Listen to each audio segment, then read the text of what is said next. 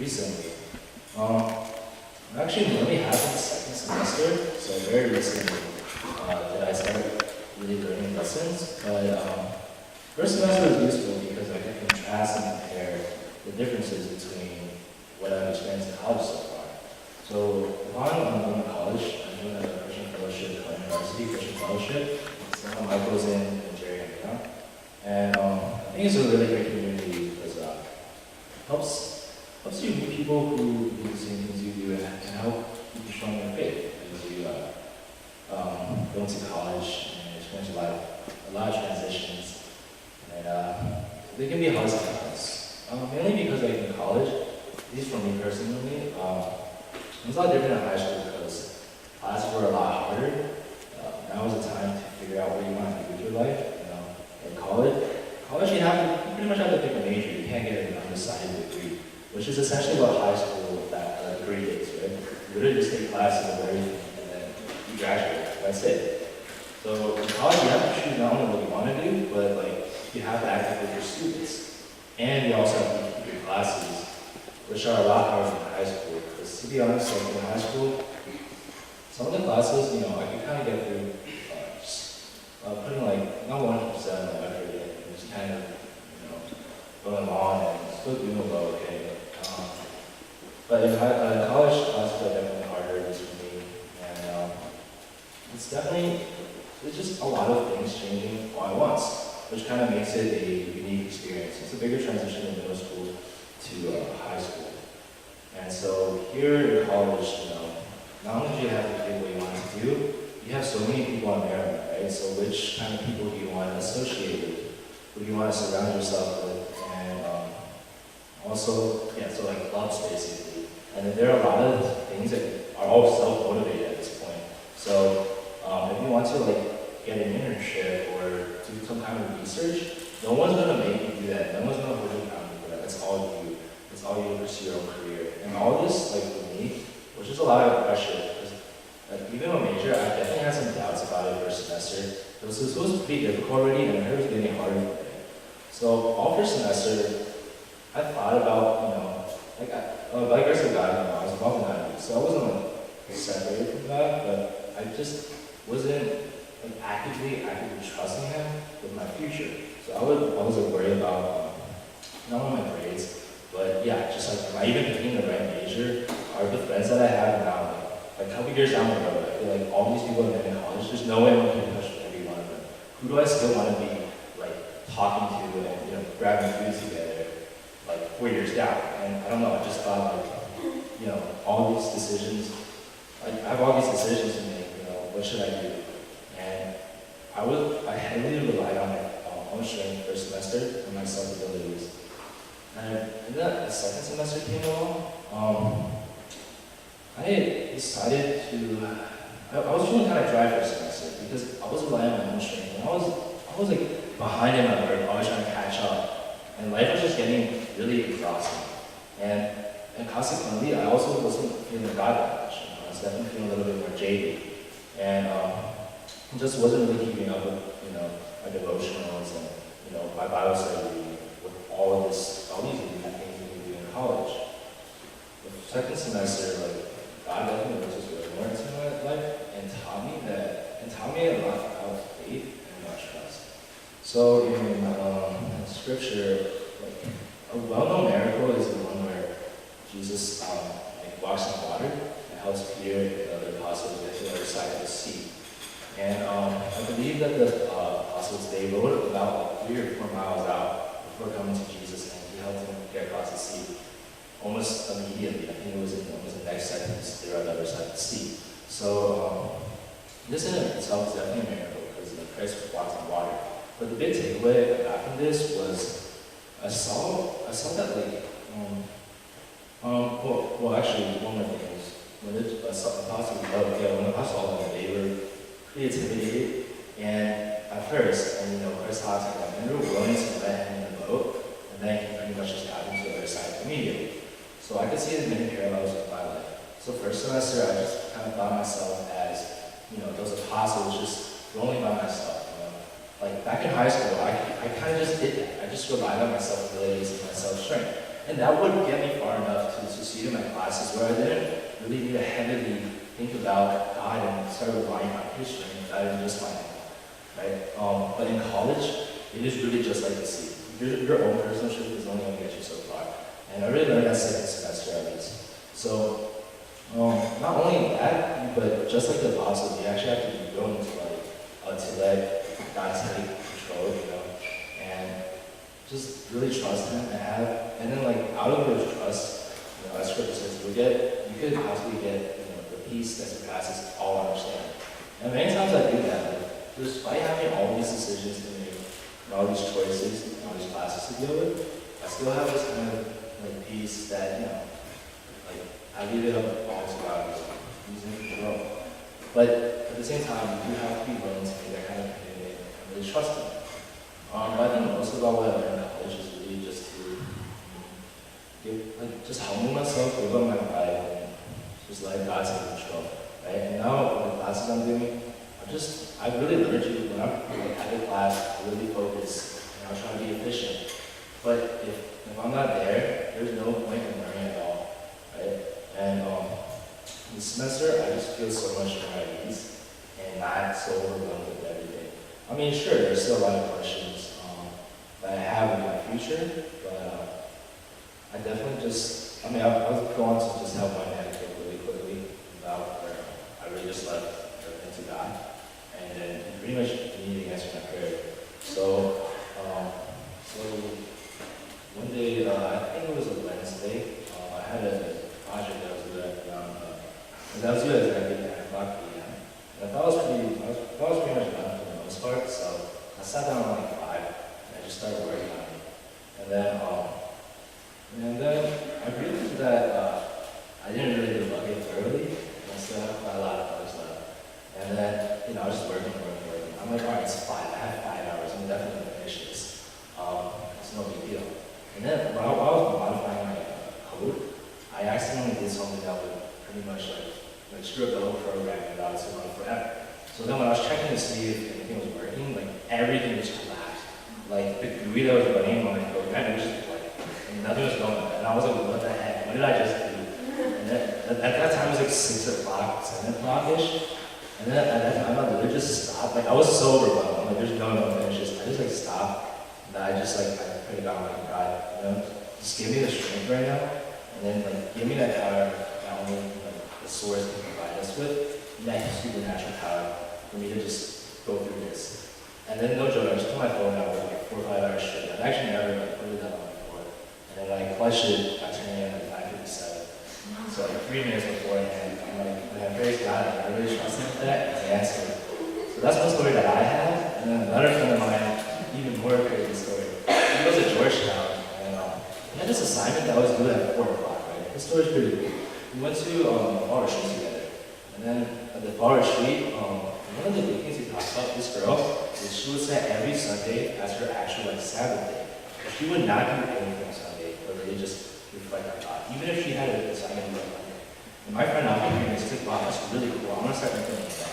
So the retreat ended on Saturday, and then on Sunday, my friend's like, ooh, I have an assignment due on Monday at like 5. But he really wanted to get me through this, so he didn't do any of it on Sunday.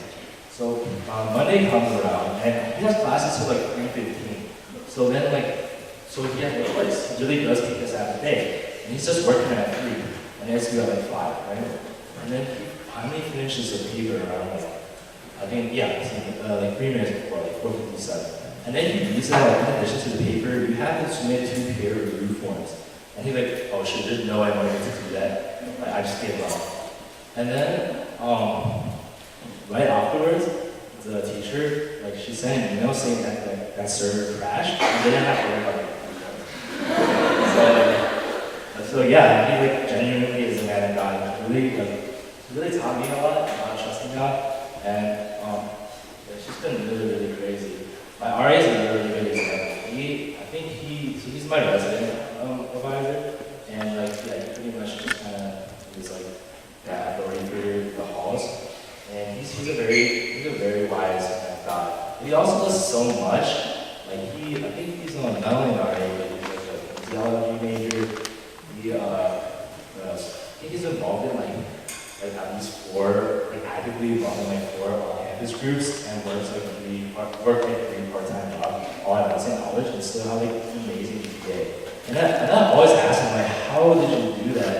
And he would really just tell me like, he thoroughly just put all his trust in God and then ask for that same passion that God can do. So I know these stories are like really crazy, but I'm not kidding.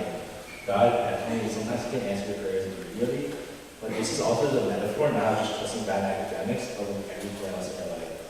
However, like I definitely personally experienced it with my academic trust. This extended beyond that.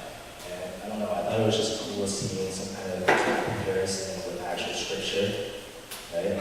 And realizing that your own strength is only going to take you so far, like 3 or 4 miles.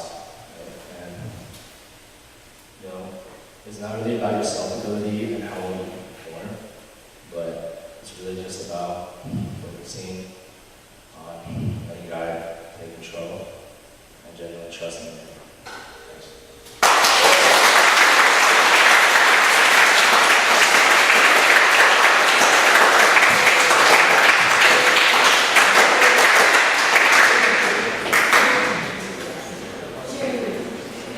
Hello, I'm Jerry. Some of you who do not know me, I'm Jesus' brother. Okay, so college has really helped my faith in God. So to illustrate exactly where I was before going to college, this might make sense to some parents, but whatever. So before college, I think it was at the beginning of last year, throughout high school, the 7th year, I was pretty angry, I was pretty sad. I mean, my mom told me later on how some of the adults at church would be like, yo, I saw Jerry crying today. I'm like, what? They never talked about church. So, but I mean, I really was kind of angry, I really was kind of sad. People made me angry, there's like so much evil in the world. There's lots of reasons why, but we don't need to get into that, right? So, because of that, I try to go through life by myself, kind of like what Patrick's talking about, going like my own strength, right? I guess it worked out, but that really pushed me away from God. And so at the beginning of last year, I made a pact, let's say, with God. I was like, okay, God, if you really want me to come to you, right, I'm going to turn my back to you now, and I'm going to walk on entirely on my own strength. And if you want me to come back, here's what you're going to do. You're going to wreck my life. You're going to make it impossible for me to keep on going and the only way that I can keep on going through my life is by wrecking it. So what happened, right? Absolutely nothing. It's really easy to go through life when you're not held accountable to anything, right? You might think, oh, that's a really good way, right? Your life is wrecked and you can't go forward. None of that ever happened to me. I just kept on going through. Everything was really easy. I didn't really care about anything at that time. And then I was also, as you probably know, leading worship. And so that's really bad. I told some of the people here, I didn't want to stir up anything. I was almost done with this anyways. So I'll just go through it. And then I'll go to college and don't ever need to come back. So then let's fast forward to college now. The reason I went to college over the summer, I talked to some of the people from CCCGW, and so I was like, all right, cool, I'll join an on-campus fellowship. And the real reason I decided originally to do this was because I wanted, like, there's a sense of pride. I wanted to be someone who wasn't part of the statistic. Oh, they were a Christian when they were younger, and they went to college, and then they're no longer part of the church. I didn't want to do that. I wanted to be able to have something I could boast about. And so that's why I went. And the first time I did, I went with the people I was talking with at CCGW. And I was basically just hung out with them the whole time because for me, interacting with people is kind of scary sometimes, whatever. And so that's how it was. And then through some weeks passed, and then we had to go to fall conference, which is actually a week after your guys' fall conference, coincidentally at the same place. So like I said, the only real friends I had at IB were two of the people from CCCGW. CCW. And when I got there early in our car, and so I got there, just kind of sitting by myself, right? That's how it goes. And then they arrived there, they're sitting with their people, I guess, that they're more outgoing, so they have friends there. And so I was kind of sitting there alone, right? And I was like, oh, it's going to be terrible. And so that night, I guess, I was kind of just doing my own thing. And then the next morning, I woke up super early, which is kind of not what you do at a retreat, right? Just kind of get up after breakfast. And so I got up early enough. I went to breakfast.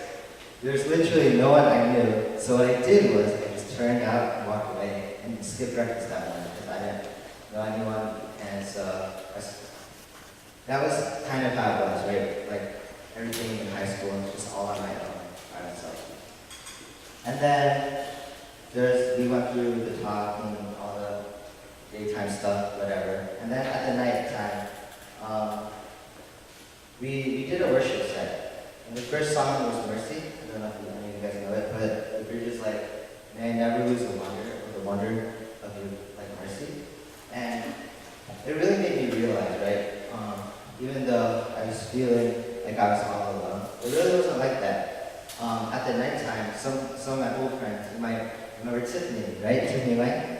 She came up to me. She was kind of alone too. She didn't really know anyone, but she like came to me, and so we started playing ping pong. We started playing like pool or whatever. And like even throughout the day, next day, I thought I was alone, but I really realized like how many people were there. Like even if I don't realize it myself, right? God really has like blessed me, given me a lot of stuff. So that really touched me. And then even though like I don't have a lot of self-confidence in myself, right? I was like, oh, I'm alone because I suck, whatever. And then so the song immediately after Mercy, you guys might know it's I'm Ashamed, I don't know. But the bridge is like, and I know I'm weak, right? And that I'm not worthy to come to you, right? And so that really kind of broke me at that point. And so during that night, I guess, was when I talked to some of the IB leaders, right? And they were talking to me. And then John Shumway was along, who's our staff worker. And he sits down and talks to me. I was like, I don't really want to pursue this though, right? Because I felt like it was just going to be another spiritual high from the retreat. But he kept on talking, 5 minutes. I kind of wanted him to shut up a bit. So I was like, all right, shut up, do this. And then we went through the prayer thing that I always do when we get like saved or whatever. So that's how it was. Coming back from that, it was good for about a week. And then nothing happened anymore. And so after that, I got really pissed at Shumway, actually. I was like, oh, you pressured me into this. I guess that's just me making excuses, though. But at that point, I also didn't go to church for the first couple of weeks when I went to college. But after a while, I did end up going to CCCW. I started talking to some of the more mature college kids there, I guess, and they really helped me with my faith. And I also went to their youth group. One night, this was the first night I was expecting it to be like just like a Bible study or whatever. But it was a prayer night. And I am not really a believer in prayer. Like before then, I didn't believe my own prayers had any power. So I just never did it. But through talking with them, I realized like how much power there is. Like you should still pray even if you don't feel it 100% in our hearts. Still discipline in order to do that. And so, I mean, on that night, I said, okay, I'm gonna start praying now. And when I do, everything I say is gonna be 100% exactly where I feel. It's not gonna be like stuff where I try to compromise God. Like before, I'd be like, oh yeah, help me do this to bring you glory. Like I added that for your glory part in order to try to persuade Him to help me with whatever I want, right? But like everything would be 100% genuine what I wanted. And from that point on, I don't know, it took a while, but my prayers started really becoming like powerful. And I could start feeling God's presence when I prayed, which is really nice. So that, yeah. I don't really know exactly when I came back throughout this, but all I know is that being in college really helped my faith. talking to people is really good. I always like, I just question things and ask them. And it helps you gain understanding. And so college is a really good place to foster your faith if you're really allowed to.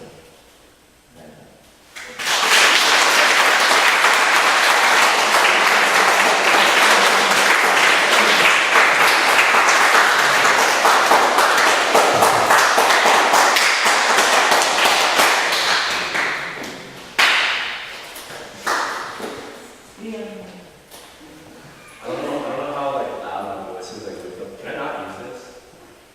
Because like my voice kind of carries that and I'm doing this.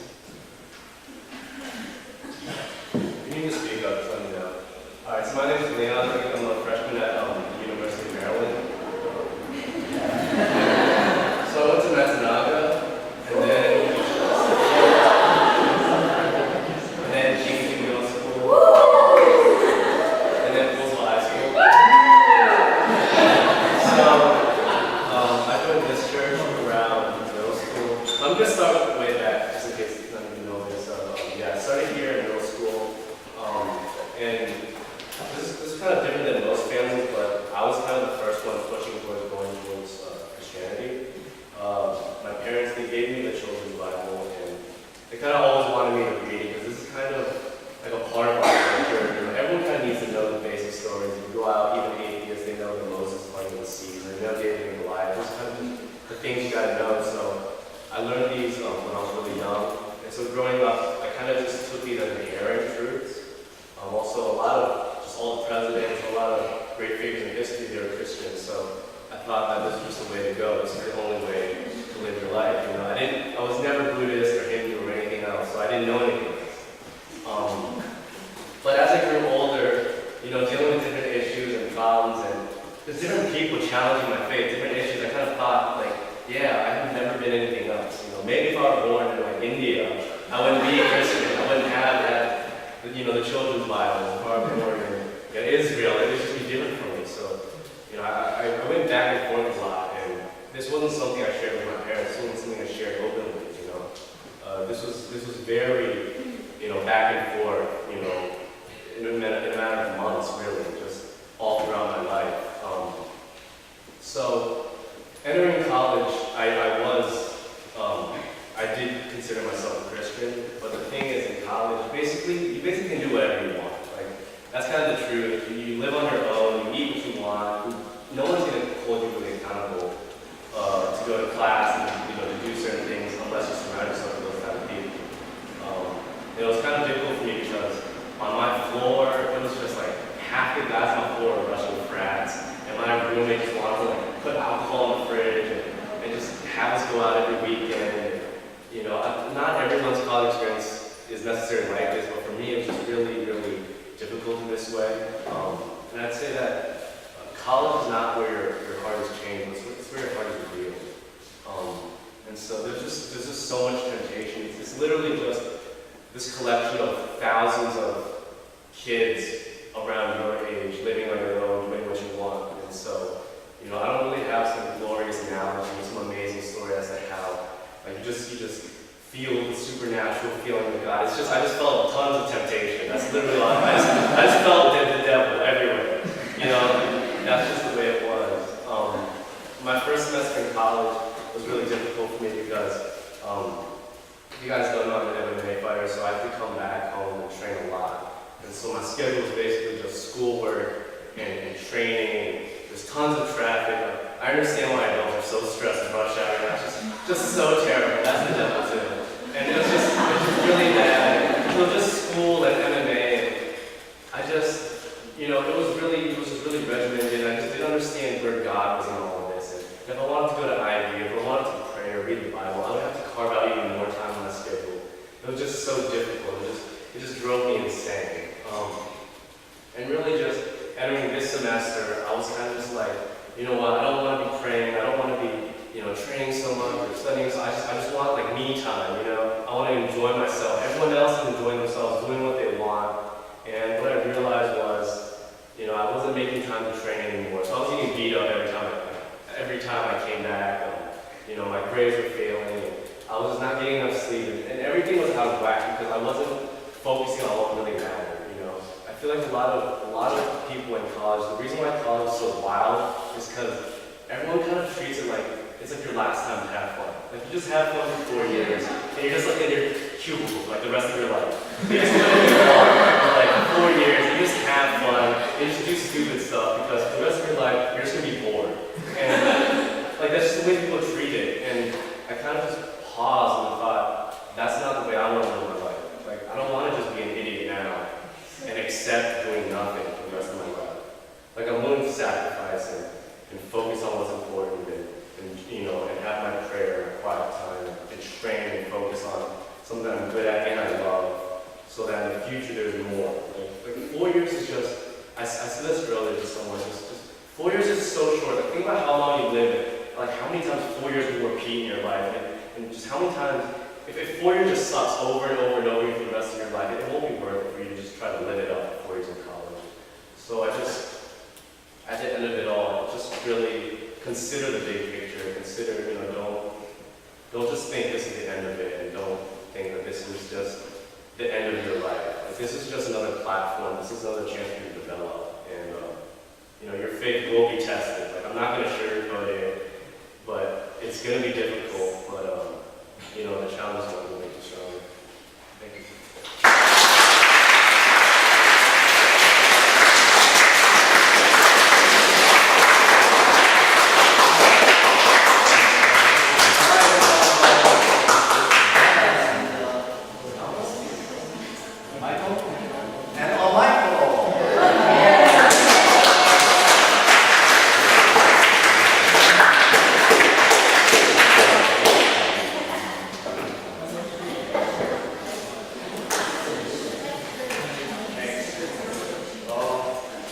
My name is Michael. I'm pretty sure most of you know me. I like my shirt too. Yeah, for those of you who don't know me, I'm OG here at TSU. So I've been here for a while. Since the church started here. So I'm originally gangster. Yeah, but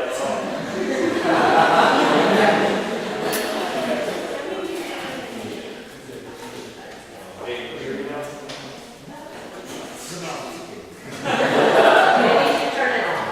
It's on. It is on. All right. I think Okay. I could just talk louder. You hear me now? Yeah, so I've been going here for a while. Teens group started while I was here. So it's really grown a lot. Yeah, sorry if I'm all over the place. I wasn't expecting to speak here. But I accepted it anyways. So in the 8th grade, went to a choir. So we went there, the older people. And that's where my life really changed. That's when I said, hey, I need Jesus in my life, really bad. Yeah, so I got saved, I accepted Jesus, I got baptized April, I believe. And yeah, I'm leading worship, teens group, all my years here, I guess. But something like, for those of you who know me, it appeared that I was fine. I was just going with it, but I really wasn't. No, I'll say this now. I was living a double life, right? I had my church life, and then I had my other life. And it was not a good other life. Throughout high school, you know, actually I started middle school, I got into fights, beat people up, but I also got beat up too.